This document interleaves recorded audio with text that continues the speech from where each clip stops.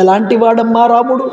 సత్యేన లోకాంజయతి దీనాన్ దానేన Raghava గురూన్ శుశ్రూషయా hero ధనుషాయుధి సాత్రవాన్.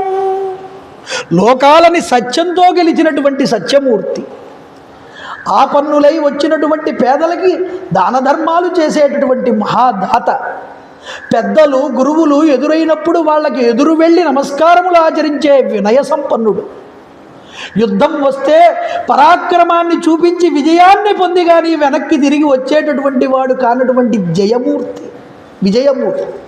అలాంటి రాముణ్ణా పంపమంటున్నావు ఈరోజు?